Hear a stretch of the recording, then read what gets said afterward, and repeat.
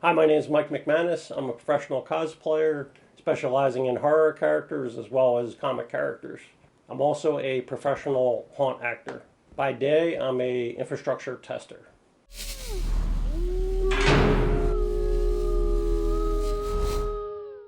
Hi, I'm James Hannon, author of Anatomy of a Cosplayer, Tales from Behind the Mask, and welcome to Cosplayer Hotspot, where we interview cosplayers from around the region who are interesting. Today we have Mike Mcmanis. How you doing? Hi. And we'll be interviewing him and finding out what makes him tick and go from there. Hope you enjoy it. Ready to go? Sure. All right. I got started in cosplaying by, actually I was decorating my house for Halloween because I'm a big home haunter. My neighbor from 4 doors down came down. He cosplays as Freddy Krueger. Based on my size, he thought that I would be a good Jason because Freddy versus Jason had just came out at the time. So I gave it a try with Jason. Me and him both went to a film festival, and it was a hit. Everyone seemed to like the characters, so I continued from there, and now I'm having a great time doing it. I have a couple different categories of costumes. One are the horror costumes, and the second being the comic costumes. For horror, I depict Michael Myers. I depict Frankenstein's monster. The original Pennywise, depicted by Tim Curry. David from The Lost Boys. Jason from Freddy vs. Jason. The comic side, he's probably my most popular. Green Goblin from 1987. The original Doctor Strange. The Punisher. Abra Kadabra is another one from the DC universe. He's a Flash rogue. My favorite is Green Goblin from the comic book side because just my personality is to be more villainous, and I think it tends to allow me to be more interactive with the general public if I can be more myself. I'm a huge horror fan. Even though it gets mixed reviews, it's still one of my favorite movies from the 90s. I found a guy named Juan Garcia at Altered Flesh FX that made original Pennywise masks. It was a little pricey. At the time, I was getting hired by tattoo conventions and making some pretty decent money doing it, so I didn't have any problem with getting the mask. So he basically wears a clown costume, a yellow suit, a black vest with red trim, and a ruffle. Ruffle's like blue, purple, and some white in it. And then the mask is obviously white face, red bulbous nose, red fluffy hair. And then there's red lenses that I wear with a yellow splash of color in them. And then black eye paint to kind of make everything look more realistic. And then, of course, there's the balloons, so everybody can see me and get creeped out by me. So Green Goblin was one of my first characters I put together. I'm a big Marvel fan, mostly a lot of Spidey stuff. You can tell by my attire and this. So I found the mask. The mask was on Composite Effects. It's licensed by Marvel, so it's an authentic mask. It's a replica of the 1987 Tom Morgan Green Goblin. Comes with the hat, so that made it even easier. The gloves are easy to find. Everything basically here. There's a green Zentai suit. We had airbrushed some scales on the Zentai suit around the arms and the thighs and general areas are supposed to be. Purple tunic was also made for this, and I found a couple of the man purses on eBay at different times. They're actually fossil bags. They're like $6 each. So once the character was done, I was like walking around cons, and I'm thinking like, a few people asked me like, "Where's the glider?" And I'm like, yeah, I feel incomplete. So I'm like, all right, I got to start making a glider. So I had a buddy that does the Hobgoblin. Brad Austenberger, his name is. And he had designed a glider specifically for the Hobgoblin. They're two different characters, so they have two different gliders. So mine, I basically took a hoverboard. I had to find a hoverboard that would support my weight. So I had to larger one with the all-terrain wheels. Spec'd out the dimensions for the glider because the wings have to be a certain size, so they'll support my feet being in the middle. So I just basically cut that all out of foam, used some magnets to secure it to the hoverboard. Probably took about 2 months of me being on the hoverboard before I was comfortable with going out on the con floor. Jumped on it, and it seemed like it was a success at cons.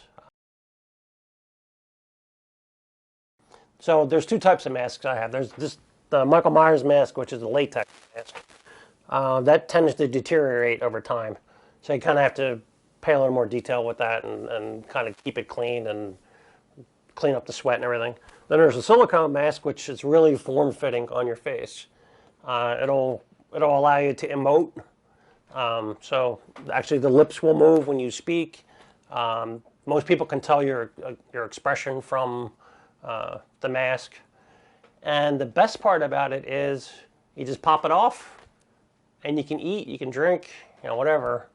And it's just so much more convenient than dealing with prosthetics and makeup. Prosthetics tend maybe to loosen up or fall off your face. Masks are much better as far as I'm concerned. They might be a little pricier, but to me, in the long run, it's worth it. So I started, I guess about 5 years ago at Our Haunt. I was at a horror convention handing out my cards. I go by the label Disturbed Cosplay. Gave one to Jim Reed, who runs Bloodshed Farms, and he hired me as a professional haunt actor there. Actually, I had to audition first. So Bloodshed Farms is down in Columbus, New Jersey. Our haunt season starts September 28th. Goes all the way through October into November 1st and 2nd. If you go to bloodshedfarms.com, you'll see more schedule details. Bloodshed Farms has 4 main attractions: a clown area, an insane asylum, a hayride, and a trail of terror. I work in the party area, mainly as Michael Myers. I do Jason, I do Pennywise. A lot of the iconic characters. I actually made a girl. My crowning glory is I made a girl pee her pants last year. So another horror event that I am associated with is New Jersey Horror Con. You'll see me walking around the con as a cosplay entertainer. Typically we organize the costume contest for them. I host the costume contest. That happens in October. Actually, this year it's October 11th through the 13th down in the Showboat in Atlantic City. If you want more information about that, go to NewJerseyHorrorCon.com. Best costuming experience was Chiller back in 2016. I actually got to meet Tim Curry. I was dressed as Pennywise. I walked in, I said, "Hiya, Timmy." And he looked at me and he's like, "Oh, you're as creepy as I am." And I had the best feeling from that. I just felt like I was doing a really good job. So I sat down next to him, took some pictures, and after that we whispered quotes in each other's ears. And it was quite an interesting experience. So my worst costuming experience was I had just won an award. I'm not going to say what convention because I don't want any bad blood with conventions. I was dressed as this guy, Green Goblin, walking along, just down the aisle. I had walked past a blow-up sliding board. There was a couple young boys about 9, 10 years old. They saw me, they yelled down at me. Of course, I wasn't just going to walk by and not say anything. So I responded, I yelled back at them. Little did I know, there's probably a 3 or 4-year-old girl behind her. She started crying. Security guard heard her crying and automatically assumed that I was harassing a little girl, which wasn't the case at all.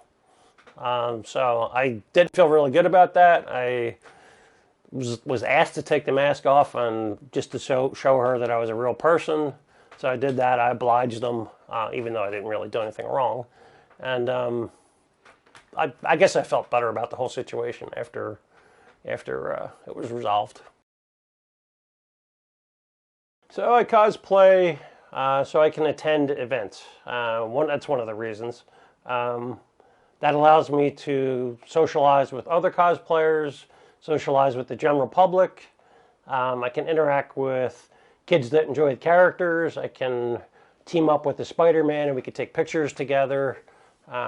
There's also people that enjoy horror characters, killing them or being involved in a scene like that. So it's really just for entertainment purposes. It lets me express myself, lets me be a little creative, and that's basically it. For me, I'm going to be debuting Slender Man at New Jersey HorrorCon. I'm not sure which day, but I found some really good makeup tutorials and prop making tutorials on him. So he's coming up next. As far as comic characters, we're looking at Morbius from the 90s version of Spider-Man. We're looking at Scorpion. I'll eventually get that done. It's been like over a year in the making. I'm going to work on Super Skrull actually too. As far as future of cosplay, I think the only changes are really going to be in the materials that are used for building and the methods and technology that people use to build costumes and props. Hopefully more charity type groups will appear. We need more of that, but that's where I see the future of cosplay going. I would say I'm more of a cosplayer. I tend to lean more towards the entertainment aspect of it instead of the creative side of it. I do like to research and design the costume, but I don't necessarily make or build it. I do make or build portions of it, but not the whole thing. I would categorize that as being a costumer. So I would say I'm more of a cosplayer. How did you end up with a sweetheart like Shelby? Aww. Hey! No one was trying or anything. It just happened. Right?